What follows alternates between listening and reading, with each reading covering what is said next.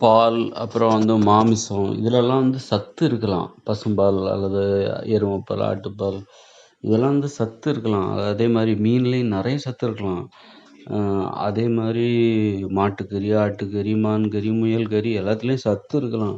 அது நிறைய வைட்டமின் இருக்கலாம். ஆனால் அந்த வைட்டமின் அந்த சத்தை வந்து நம்ம உடல் கிரகிச்சிக்குமா, மனித உடல் கிரகிச்சிக்குமா அப்படின்னா கிரகிச்சிக்காது அப்படின்னு தான் அர்த்தம்.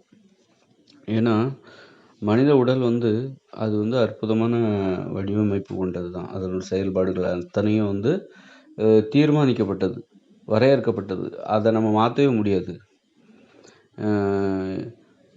மாற்றவே முடியாது அப்படின்னா இப்போ என்ன சொல்கிறாங்க அப்படின்னா, தாய்ப்பால் குடிக்கிறது வந்து எத்தனை வயசு வரைக்கும் தாய்ப்பால் குடிக்கணும், அந்த அப்படின்னு ஒரு இது இருக்குது. அந்த வயசு வரைக்கும் தான் அந்த தாய்ப்பாலை செரிமானம் பண்ணுறதுக்கான என்சைம் வந்து நம்ம உடம்புல சுரக்கிறதா சொல்கிறாங்க. அந்த வயசுக்குள்ளே அப்போ அந்த வயசுக்குள்ளே தாய்ப்பால் குடித்தா மட்டும்தான் அந்த தாய்ப்பாலானது செரிமானமாகும். அதில் உள்ள ஊட்டச்சத்துக்களை கிரகிச்சிக்கிற தன்மை வந்து உடம்புக்கு இருக்கும். அதில் உள்ள நன்மைகளை உடம்பு ஏற்றுக்கும். தாய்ப்பால் குடிக்கிற அந்த பருவம் தாண்டியாச்சுனாலே எப்போ தாய்ப்பால் குடிக்க வேண்டான்னு நம்ம உடம்பு முடிவு பண்ணுதோ, தேவை இல்லையோ, தாய்ப்பால் வந்து எப்போ அந்த குழந்தையினோட உடம்புக்கு தேவை இல்லையோ அதோடு நிறுத்திடணும். அதுக்கப்புறம் வந்து அதை வந்து அந்த தாய்ப்பாலை கிரகிச்சிக்கிறதுக்கும் செரிமானம் பண்ணுறதுக்கும் அதோடைய ஊட்டச்சத்துக்களை நம்ம உடம்பு ஏற்றுக்கிறதுக்கும் உள்ள அத்தனை காரணங்களும் அங்கே இல்லாமல் போயிடும் அப்படின்னு சொல்கிறாங்க. இது வந்து உண்மைதான். இந்த அளவுக்கு நுட்பமாக செயல்படக்கூடியதான் எந்த ஒரு உயிரினங்களோட உடலுமே ரொம்ப நுட்பமாக ஒரு விதிமுறைக்குட்பட்டு தான் செயல்படுது. அதோட விதிமுறையை மாற்றவே முடியாது. அது மாதிரி மனித உடலும் இப்படிப்பட்ட விதிமுறைக்குட்பட்டு தான் அது செயல்படும். தாய்ப்பால் குடிக்கிறோம் அதனால் மாட்டுப்பால் குடித்தா என்ன தப்பு அப்படின்னு கேட்கக்கூடாது. அதனால் தாய்ப்பால் குடிக்கிற வரைக்கும் தான் சரி. எவ்வளோ காலம் தாய்ப்பால் குடிக்கணும்? ஒரு குழந்தைங்க வந்து எப்போ தாய்ப்பால் குடிக்கணும் அப்படின்னா, அந்த பல்லெல்லாம் முளைச்சி மற்ற உணவுகளை எப்போ சாப்பிட ஆரம்பிக்கிறாங்களோ, ஒரு திட உணவுகளை எப்போ வந்து சாப்பிட ஆரம்பிக்கிறாங்களோ அப்போவே அவங்க தாய்ப்பால் குடிக்க வேண்டிய அவசியம் இல்லை. இதுலேருந்தே நம்ம தெரிஞ்சுக்கலாம் தாய்ப்பால் வந்து எத்தனை வயசு வரைக்கும் குடிக்கணும். நான் நினச்சேன் 6 வயசு வரைக்கும் கூட குடிக்கலாம் அப்படின்னு நான் நினச்சேன். இல்லை, அது தேவையில்லை. ஏன்னா ஒரு 2 வயசுலேயே வந்து குழந்தைகளுக்கு நல்லா பல்லெல்லாம் முளைச்சி அவங்க வந்து ஒரு திட உணவுகளை சாப்பிட்ற அந்த திறன் வந்து ஒரு 2 வயசு குழந்தைக்கெலாம் வந்துடுது. அப்படிங்கும்போது ஒரு வயசில் தான் பல்லே முளைக்க ஆரம்பிக்கும். ஒரு 2 வயசில் பல்லெல்லாம் முளைச்சிரும். அவங்க குழந்தைகளுக்கு என்ன பல்லு முளைக்கணுமோ அத்தனை பல்லும் முளைச்சி அவங்க திட உணவுகளை சாப்பிட்றதுக்கான தயார் நிலைக்கு அந்த குழந்தைகளோட வாயில் உள்ள பற்கள் வந்துவிடும். அதை கடித்து அரைச்சி அப்போ அதோடு நிறுத்திக்கணும். அதுதான் வந்து அளவு. அதுக்கப்புறம் ஏன்னா 1 வயசு வரைக்கும் திட உணவுகளை சாப்பிட முடியாது, பல்லு முளைச்சிருக்காது. அப்படிங்கும்போது அப்போ அந்த குழந்தை தாய்ப்பால் தான் குடிச்சாகணும், திரவ உணவு தான் உட்கொண்டாகணும். அப்படிங்கும்போது தாய்ப்பால் கொடுக்கலாம், ஜூஸ் கொடுக்கலாம், பழச்சாறு கொடுக்கலாம், தேன் கொடுக்கலாம், இந்த மாதிரி திரவ உணவுகளை கொடுக்கலாம். அதுக்காக தாய்ப்பால் மட்டும்தான் கொடுக்கணும்னு ஒன்றும் கிடையாது. திரவ உணவுகளை கொடுக்கலாம். வேக வைக்கப்பட்ட சோறு கொடுக்கலாம். ஏன்னா அதை வந்து கடித்து மென்று அது உள்ளே போனால் செரிமானம் ஆகிடும். ஏன்னா அது ஏற்கனவே வேக வச்சு தான் கொடுக்குறாங்க. வேக வச்சு எளிதாக சீரணமாகறதுக்கு ஏற்றாற்போல் தான் கொடுக்குறாங்க. அப்படி இருக்கும்போது அப்போ குழந்தைங்க எத்தனை வயசு வரைக்கும் தாய்ப்பால் குடிக்கணும் அப்படின்னா அதுக்கு நம்ம வந்து எப்போ அந்த குழந்தைகளுக்கு எல்லா பல்லும் எப்போ முளைச்சி முடியுது, முளைக்கிறது வளர்றது எப்போ முளைக்க ஆரம்பிக்குது? ஒரு 8 வயசுக்கு மேலே, 8 மாதத்துக்கு மேலே, 10 மாதத்துக்கு மேலே, 1 வயசுலேருந்து ஒரு 1.5 வயசு அல்லது 2 வயசில் அந்த பற்கள் எல்லாமே முளைச்சி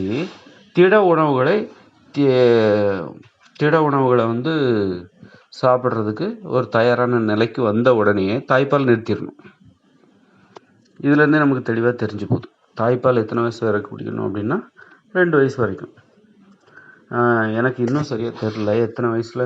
ஏன்னா இப்படி ஒரு கருத்தை சொல்லும்போது தான் எனக்கு ஒரு விஷயம் தெரில, குழந்தைகளுக்கு எத்தனை வயசில் பல் முளைக்கும், 1 வயசுல முளைக்கும்னு நினைக்கிறேன். அது உறுதியா சொல்ல முடியல. 10 மாசத்துல கூட முளைக்கலாம். எத்தனை வயசுல வந்து பல்லெல்லாம் முளைச்சி அத்தனை பற்களும் முளைத்து முடிகிறது. இப்போ வந்து 20 வயசுக்கு மேல கூட பல்லு, கடவாய் பல்லுல கடைசி பல்லு முளைக்கும். கடைசி பல்லு இரு பக்கங்களையும் முளைக்கும். அதை நான் சொல்ல வரல. ஒரு குழந்தை பருவத்தில் அந்த 20 வயசுக்கு உட்பட்டு சின்ன வயசுலயே வந்து எல்லா பற்களும் முளைச்சிரும். அந்த பற்களை வச்சு தான் அப்புறம் 8 வயசுல பற்கள் விழும். ஆமாம், 8 வயசுல பற்கள் விழும். அந்த 8 வயசு வரைக்கும் இருக்கின்ற அந்த பற்கள் எத்தனை வயதில் முளைத்து முடியும்? 2 வயசுல இருக்கும். 8 வயசு 2 வயசுல முளைச்சி எல்லா பற்களும் முளைக்குது. அந்த பற்கள் அத்தனையும் 8 வயசுல விழுந்துருது. அப்படின்னு அப்புறம் திரும்பவும் முளைக்க ஆரம்பிக்குது. அப்படிதானே? அப்படின்னா 2 வயசுல எல்லா பற்களும் முளைச்சி முடியுதுல்ல. இதுக்கு மேலே இந்த குழந்தைக்கு வந்து 8 வயசுக்கு அப்புறம் விழுந்த பிறகு தான் முளைக்கும். அது வரைக்கும் இப்போ முளைக்க வேண்டிய அத்தனை பற்களும் முளைத்தாகி விட்டது, முழுமையாக வளர்ச்சியும் அடைந்து விட்டது. அப்படின்னு சொல்லும்போது அந்த பருவத்தோடைய தாய்ப்பால் குடிக்கிறது நிப்பாட்டிடணும். அது வந்து ஒரு 2 வயசாக இருக்கலாம். அப்போ 2 வயசு வரைக்கும் தான் தாய்ப்பால் குடிக்கணும். அதுக்கு மேலே குடிக்க வேண்டிய அவசியம் இல்லை. இல்லை, அதுக்கு மேலே ஒரு 6 மாதம் அல்லது 3 வருடம் கூட கொடுத்தால் தவறில்லை. அதற்கு விவரம் தெரிந்ததற்கு அப்புறம் வந்து தாய்ப்பால் கொடுக்கறத வந்து நிறுத்துறது தான் நல்லது. ஒரு குழந்தையா அந்த பாலை குடிக்கிறது தான். குழந்தைத்தன்மையோடு மழலைத்தன்மையோடு இருக்கும்போது அந்த தாய்ப்பால் குடிக்கணும். சும்மா ஓடி ஆடிட்டு சகஜமாக ஓடி ஆடிட்டு இருக்கிற மாதிரியான ஒரு 3 வயசுலலாம் ஒரு குழந்தை திடகாத்திரமாக வந்துடும். வந்து ஓடி ஆடிட்டு போயிட்டு தாய்ப்பால் குடித்தா அது வந்து தாய்ப்பால் குடிக்கிறதுக்கு ஒரு அழகு இருக்குது. அந்த தாய்ப்பால் குடிக்கிறதுக்குன்னு அந்த குழந்தைக்கு ஒரு அழகு, ஒரு பருவம் வேணும். அதில் ஒரு அழகு இருக்குது. அந்த இது வந்து ஒரு 2 வயசு வரைக்கும் தாய்ப்பால் கொடுத்தா போதும், அதுக்கு மேலே வேண்டாம் அப்படிங்கிறது என்னுடைய கருத்து. அப்போ அதற்கு மேலே அறிவியல் பூர்ணமாக நம்ம பூர்வமாக ஒரு காரணத்தையும் சொல்லிடுறோம். என்னென்னா எல்லா பற்களும் முளைத்தாகி விட்டது, பால் பற்கள் எல்லாமே முளைத்தாகி விட்டது. அப்புறம் அதுக்கு மேலே திட உணவுகளை மென்று கடித்து அரைத்து சாப்பிடுவதற்கு அந்த குழந்தைக்கு பற்கள் அத்தனையும் முளைத்து விடுகிறது.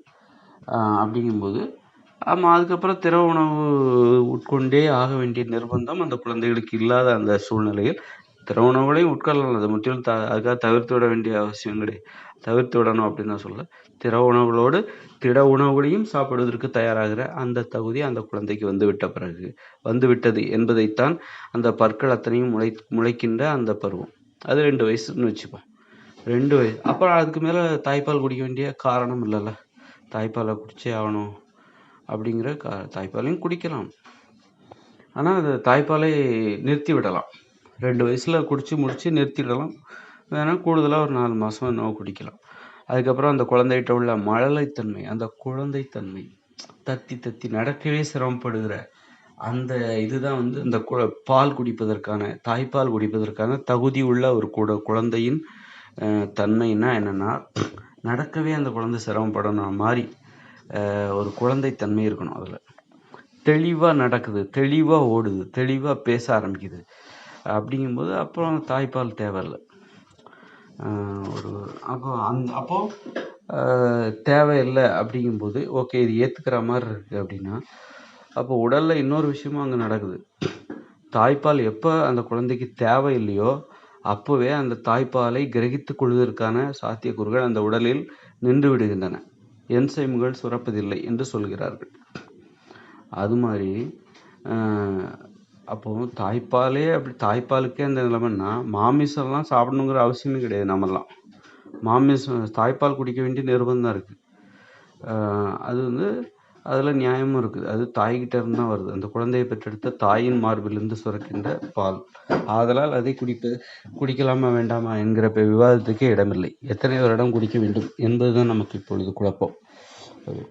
ஆனால் மாமிசம் சாப்பிடலாமா வேண்டாமா, தாய்ப்பாலையே அது வந்து தாய்ப்பால் குடிக்க வேண்டிய அவசியம் இல்லாத அந்த 2 வயதிற்கு மேற்பட்ட வயதில் தாய்ப்பாலையே கிரகித்துக் கொள்கிற என்சைம்கள் சுரப்பதில்லை. தாய்ப்பாலையே செரிமானம் செய்கிற, தாய்ப்பாலில் உள்ள சத்துக்களை, ஊட்டச்சத்துக்களை உறிஞ்சுகிற அந்த தன்மை உடலில் நின்று போய்விடுகிறது. அந்த செயல்பாடு உடலில் நின்று போய்விடுகிறது, அந்த குழந்தையின் உடலில் நின்று போய்விடுகிறது எனும் பொழுது மாமிசத்தை எல்லாம்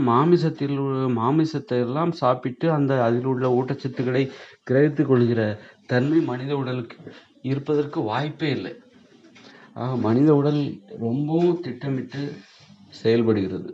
மனித உடல் மட்டுமல்ல, அனைத்து உயிரினங்களின் உடலும் விதிமுறைப்படிதான் செயல்படுகிறது. நாம் அதன் விதிமுறைகளை மாற்றவே முடியாது. நமது விருப்பத்திற்கெல்லாம் அது மாறிக்கொண்டிருக்க சில விஷயங்களை மாற்ற முடியாது. மாமிசம் சாப்பிட்டால் அதையும் கிரகித்து கொள்கிற அளவுக்கு அதில் ஏன்னா மாமிசம் வெறும் உணவு மட்டும் கிடையாது, உணவாக மட்டும் பார்க்கக்கூடாது. அது உணர்வு, ஒரு உயிரை கொள்கிறோம். அது நம்மளுடைய உளவியலில் குழப்பத்தை ஏற்படுத்திவிடும். மனதின் செயல்பாடில், பார்க்கின்ற பார்வையில், நமது பண்புகளில் குழப்பத்தை ஏற்படுத்திவிடும்.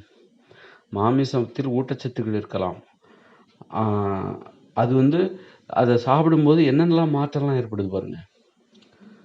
அதோட அந்த மாமிசத்தை, இறைச்சியை, மீனை சாப்பிடும்போது அது நம்மளை ஒரு அசைத்து பார்க்கிறது, நம்முடைய நிலைப்பாட்டை அசைத்து பார்க்கிறது, நமது மனிதத்தன்மையை அசைத்து பார்க்கிறது. மாமிசம் சாப்பிடுகிற பண்பு என்பது யாரோ வெட்டி தராங்க, கசாப்பு கடையில் வெட்டி தராங்க, காசு கொடுத்தோம், வாங்கிட்டு வந்தோம், சமைச்சு சாப்பிட்றோம் அப்படின்னு நம்ம அதை எளிதாக மாமிசம் சாப்பிடுவதை ஒரு இயல்பான பண்பாக மாற்ற பார்க்கிறோம். கசாப்பு கடையே இல்லைன்னா என்ன பண்ணுவீங்க? பணம்ங்கிற நடைமுறையே இங்கே இல்லை, வியாபாரம்ங்கிற நடைமுறையே இங்கே இல்லை. நீங்கள் மாமிசம் சாப்பிடுவதாக இருந்தால் நீங்கள் வளர்க்கின்ற ஆட்டுக்குட்டியை கொல்வீர்களா? நீங்கள் வளர்க்கின்ற கோழியை உங்களால் கொல்ல முடியுமா? அதன் தலையை திருகி உங்களால் கொல்ல முடியுமா? கொல்ல முடியும் என்றால் அந்த அளவுக்கு உங்கள் மனதில் இரக்கமும் ஈரமும் இல்லையா என்றுதான் நான் கேட்பேன். இரக்கமும் ஈரமும் இல்லாதவர்கள் தான் ஒரு கோழியின் தலையை திருகி கொள்கிற, தான் வளர்த்த கோழியின் கலை. இன்னைக்கு நம்ம ஒரு கோழியை, ஆடை விலைக்கு வாங்குறோம். அது எப்படி வளர்ந்ததுன்னு நமக்கு தெரியாது. அதனால அது மேலே நமக்கு பாசம் இருக்காது. அதனால அதனால அதை வெட்டி யாரோ வெட்டி தராங்க, கசாப்பு கடைக்காரங்க யாரோ ஒருத்தர், அவர் வெட்டி நமக்கு கூறு போட்டு அதோட இறைச்சியை நமக்கு தருகிறார். 1 கிலோ 2 கிலோ என்று வாங்கிவிட்டு விடுகிறோம். ஆனால் நீங்கள் வளர்த்த ஒரு ஆட்டுக்குட்டியை கசாப்பு கடைக்காரர் வெட்டி கொடுத்தால் அதை வாங்கி சமைத்து சாப்பிட முடியுமா உங்களால்? அப்படி முடியும் என்றால் உங்கள் மனதில் ஈரமும் இரக்கமும் இல்லை என்று தானே பொருள். அது மாதிரி அப்போ ஒரு இறைச்சி சாப்பிடும்போது உங்கள் உணர்வுகள்லேயே, உங்கள் பண்புகள்லேயே மாற்றம் ஏற்பட்டுருது. உங்களுடைய மனிதத்தன்மையை கேள்விக்குரியதாகி விடுகிறது. இறைச்சி சாப்பிடும்போது, மாமிசம் சாப்பிடும்போது, ஒரு மீனை சாப்பிடும்பொழுது, ஒரு மீனிடம் பழகுங்கள். ஒரு 10 நாளைக்கு அதற்கு உணவு போட்டு பாருங்கள். தண்ணீர் ஊற்றி ஒரு கண்ணாடி குடுவையில் மீனை போட்டு, அல்லது ஒரு குழியை தோண்டி சிறிய குளம் போல் ஒன்றை உருவாக்கி அதில் மீனை விட்டு வளர்த்து அதனிடம் பழகி பாருங்கள். அதன் பிறகு அந்த மீனை நீங்கள் சாப்பிட முடியுமா? சாப்பிடுவதற்கென்றே வளர்ப்பார்கள், அது வேறு விஷயம். நான் மனிதத்தன்மை உள்ளவர்களை பற்றி மட்டும்தான் பேசுகிறேன். எதிர்காலத்தில் மனிதத்தன்மை உள்ளவர்கள் தான் அதிகமாக இருப்பார்கள். இப்போது மிருகத்தன்மை உடைய, ஈவு இரக்கம் இல்லாத, மனிதத்தன்மை இல்லாதவர்கள் இனி வரும் காலத்தில் இருக்க மாட்டார்கள். ஆனால் எதிர்காலத்தில் வாழ்கிறவர்களை மனதில் வைத்து கொண்டு நான் பேசுகிறேன். மனதில் ஈரமும் இரக்கமும் மனிதத்தன்மையும் உள்ளவர்களை பற்றி நான் இங்கு பேசுகிறேன். அப்படி இருக்கும்போது ஒரு இறைச்சி சாப்பிடணும் அப்படிங்கும்போது அது நம்முடைய பண்புகளே நம்மளே அசைச்சு பார்க்குது. என்னால் கொல்ல முடியாதுன்னு தான் சொல்லுவாங்க. ஆட்டுக்கறி சாப்பிட்ற அத்தனை பேரும் என்னால் ஒரு ஆட்டை கொல்ல முடியாதுன்னு தான் சொல்லுவாங்க. கோழிக்கறியை விரும்பி சாப்பிட்ற எல்லாருமே, குழந்தைகள் கூட கோழிக்கறியை விரும்பி சாப்பிட்றாங்க. ஆனால் அந்த குழந்தைகள்கிட்ட ஒரு கோழியை கொடுத்து கொல்லுன்னா அந்த குழந்தைகளால் கொல்ல முடியாது. அப்போது எந்த அளவுக்கு நம்முடைய உணர்வை கேள்விக்குள்ளாக்குகிறது, நமது வழக்கத்தை கேள்விக்குள்ளாக்குகிறது, நமது வழக்கத்தில் ஒரு அதிர்ச்சியை ஏற்படுத்துகிறது, அதன் செயல்பாட்டில் நமது அன்றாட பழக்க வழக்கத்தில் ஒரு மிகப்பெரிய தடையை ஏற்படுத்துகிறது, ஒரு அலையை ஏற்படுத்துகிறது, ஒரு புரட்சியை அது ஏற்படுத்தி விடுகிறது. அதனால மாமிசம் அப்படி என்றால் அப்போ அந்த அளவுக்கு ஒரு முரணான பழக்கம் தான் மாமிசம் உண்ணுகிற பழக்கம். அப்படின்னா மாமிசத்தை நமது உடல் மட்டும் மாமிசத்தில் உள்ள ஊட்டச்சத்துக்களை எப்படி கிரகித்துக் கொள்ளும்? ஒரு ஆட்டை யாரோ வெட்டி கொடுக்குறாரு, நம்ம பணம் கொடுத்து வாங்கி சாப்பிட்றோம். ஓகே, நம்மளால் ஒரு ஆட்டுக்குட்டியை கொல்ல முடியாது. அப்படிங்கும்போது என்னாலலாம் ஒரு ஆட்டுக்குட்டியவோ ஒரு கோழியவோ கொல்ல முடியாது. அப்படிங்கும்போது என்னுடைய உடல் மட்டும் அதில் உள்ள ஊட்டச்சத்துக்களை எப்படி உறிஞ்சும்? அதை எப்படி அதில் உள்ள ஊட்டச்சத்துக்கள் நிறைய இருக்கலாம். இறைச்சியில ஏகப்பட்ட ஊட்டச்சத்துக்கள் இருக்கலாம். அது என்னுடைய உடல் ஏற்குமா? அதை வந்து கிரகித்துக் கொள்ளுமா? அதுதான் இங்க கேள்வி. நிலாவில் வந்து நிறைய தனிமங்கள் இருக்கலாம். அதை நம்மளால எடுக்க முடியுமா என்பதுதான் கேள்வி. வேற்று கிரகங்கள் இந்த பிரபஞ்சத்தில் நிறைய இருக்கும். வேற்று கிரகங்கள்னா பூமியை போல உள்ள உயிரினங்கள் அல்லது வேற்று கிரகங்கள் அங்கே நாம் போக முடியுமா போக முடியும் என்று சொல்லி சாதித்து காட்ட முயற்சி. அது போன்றுதான் மாமிசம் சாப்பிடுவதும். நிலவுக்கு போக முடியும் என்று சொல்வதை போன்றுதான் மாமிசத்தை சாப்பிட முடியும் அல்லது சாப்பிட்டு கொண்டு இருக்கிறோம் என நிரூபிப்பது கூட. அது செயற்கை. அது எத்தனை காலம்தான் போய்கொண்டிருப்போம் நிலவுக்கு. ஒரு இடத்தில் நமக்கு சோர்வாகி விடுவோம். பூமியிலே இருந்து கொண்டு வாழ்ந்து விடலாம், பூமியே போதும் என்கிற அந்த நிலை இன்னும் 20 வருஷத்துல வந்துடும்.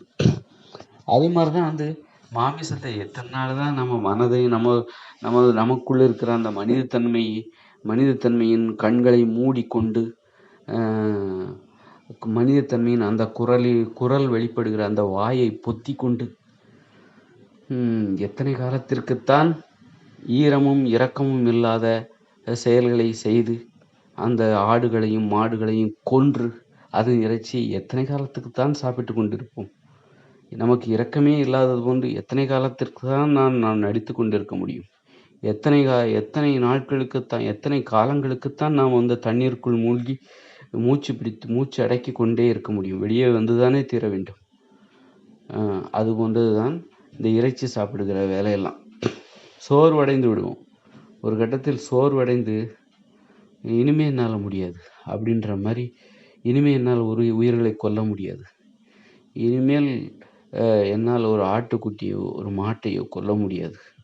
அந்த இறைச்சி எதுக்கான ஏன் கொல்றோம் அப்படின்னா, நமக்கு ஆசை ஏற்படுத்திட்டாங்க, பேராசை ஏற்படுத்திட்டாங்க. மாட்டில் எவ்வளோ சத்து இருக்குது, மாட்டுக்கீரில் எவ்வளோ சத்து இருக்குது, ஆட்டுக்கீரில் எவ்வளோ சத்து இருக்குது, பன்னிக்கீரில் எவ்வளோ சத்து இருக்குது தெரியுமா? அப்போ அதில் வந்து என்னென்னவோ இருக்குது அப்படின்னு சொல்லி, மீனில் என்னவோ சத்துன்னு சொல்லுவாங்க. மீனில் அந்த சத்து இதில் தான் இருக்குது, மீனில் தான் இருக்குது, அது கண்ணுக்கு நல்லது அப்படின்னு சொல்லும். ஆனால் இது எல்லாத்தையும் கிரகிச்சிக்கிற தன்மை நமக்கு கிடையாது, நம்முடைய உடலுக்கு கிடையாது. மாமிசத்தை, அதன் ஊட்டச்சத்துக்களை உள்வாங்கிக் கொள்கிற அந்த தன்மை நமக்கு உடம்புக்கு கிடையாது. அப்போ அது வேறு விதமான விளைவுகளை ஏற்படுத்தும். அப்போ மாமிசத்தை இப்போ நம்ம வந்து ஒரு மாம்பழத்தையோ பலாப்பழத்தையோ சாப்பிட்டா நம்ம மனுஷனாக தான் இருக்க போகிறோம், மனுஷங்களாக தான் இருக்க போகிறோம், மனித உயிர்களாகத்தான் வாழப்போகிறோம். நம்முடைய பண்புகளில் எந்த மாற்றமும் ஏற்பட்டு விடாது, நமது இயல்பில் எந்த மாற்றமும் ஏற்பட்டு விடாது. நம்மிடம் இருக்கின்ற இரக்கமும் ஈரமும் குறைந்து போவதில்லை. ஆனால் ஒரு ஆட்டுக்குட்டியை நீங்கள் உங்கள் கைகளால் கொன்று அதன் இறைச்சியை சாப்பிட்ட பிறகு உங்களிடம் அதன் பிறகும் மனிதத்தன்மை இருக்குமா, இரக்கம் இருக்குமா? இருக்கும் என்று சொன்னால் அதை நம்புவதற்கு நாங்கள் என்ன முட்டாளா? உங்கள் அருகில் இருப்பவர்கள் நீங்கள் சொல்வதை நம்புவதற்கு அவர்கள் என்ன முட்டாளா? அதனால்தான் நான் கேட்கிறேன்.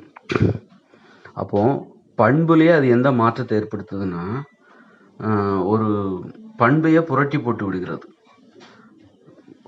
உங்களிடம் காலங்காலமாக லட்சக்கணக்கான ஆண்டுகளாக அந்த மனித உயிரினம் உயிர் வாழ்கிறது, மனித தன்மையோடு உயிர் வாழ்கிறது. மாமிசம் நீங்கள் ஒரு அப்படி உயிர் வாழ்கிற மனித உயிரினமான நீங்கள் ஒரு ஆட்டுக்குட்டியை உங்கள் கைகளால் கொண்டு சாப்பிடும் பொழுது லட்சக்கணக்கான ஆண்டுகளாக உங்கள் உடலில் இருந்த அந்த மனிதத்தன்மை அப்படியே உங்களை விட்டு போய்விடுகிறது. நீங்கள் ஈவும் இரக்கமும் மற்ற ஒருவராக மாறிவிடுகிறீர்கள். அப்படி என்றால் அந்த அளவுக்கு ஒரு விளைவுகளை ஏற்படுத்தக்கூடிய ஒரு உணவுன்னு சொல்லக்கூடாது, ஒரு பொருந்தாத உணவு மாமிசம். அந்த மாமிசத்தில் உள்ள சத்துக்களை மட்டும் நமது உடல் எப்படி ஏற்றுக்கொள்ளும்? அதை கிரகித்துக் கொள்கிற, அதனுடைய சத்துக்களை கிரகித்துக் கொள்கிற தன்மை நமது உடம்புக்கு இருக்காது. மாமிசத்தில் உள்ள சத்துக்கள் நிறைய ஊட்டச்சத்து இருக்கலாம், அந்த ஊட்டச்சத்தை கிரகித்துக் கொள்கிற தன்மை மிருகங்களுக்கு தான் உண்டு, புலிகளுக்கும் சிறுத்தைகளுக்கும் தான் உண்டு, மனித உயிர்களுக்கு கிடையாது என்பதை நல்லா புரிஞ்சுக்குங்க. ஆக இதெல்லாம் உணரணும். சும்மா நான் உணர்றேன். அந்த இடத்துல நான் இருக்கிறேன். என்னால் உணர முடியும். உங்களால் உணர முடியுமான்னா, அதற்கு நீங்கள் நிறைய உங்களை நீங்களே புரிந்து கொள்ள வேண்டும். உங்களுக்குள்ளே நீங்கள் தொலைவாக இருக்கிறீர்கள். உங்களையே நீங்கள் நெருங்க முடியாத அளவுக்கு நீங்கள் தொலைவாக இருப்பீர்கள். நீங்கள் மாமிசத்தை விரும்பி சாப்பிடுபவராக இருந்தால் நீங்களே உங்களுக்கு அருகில் இல்லாமல் உங்களிடமிருந்து வெகு தொலைவில் நீங்கள் இருந்து கொண்டிருப்பீர்கள். உங்களையே நீங்கள் பார்க்க முடியாதபடிக்கு உங்களை பற்றி உங்களுக்கு தெரியாத அளவுக்கு நீங்கள் வெகு தொலைவில் உங்களிடமிருந்து விலகிச் சென்று கொண்டிருப்பீர்கள். நெருங்கி வர வேண்டும். நெருங்கி வந்து பார்த்தால் இதுதான் உண்மை என்று உங்களுக்கு தெரியும். தூரத்தில் இருந்து பார்க்கும் பொழுது எல்லாமே மங்கலாகத்தான் தெரியும்.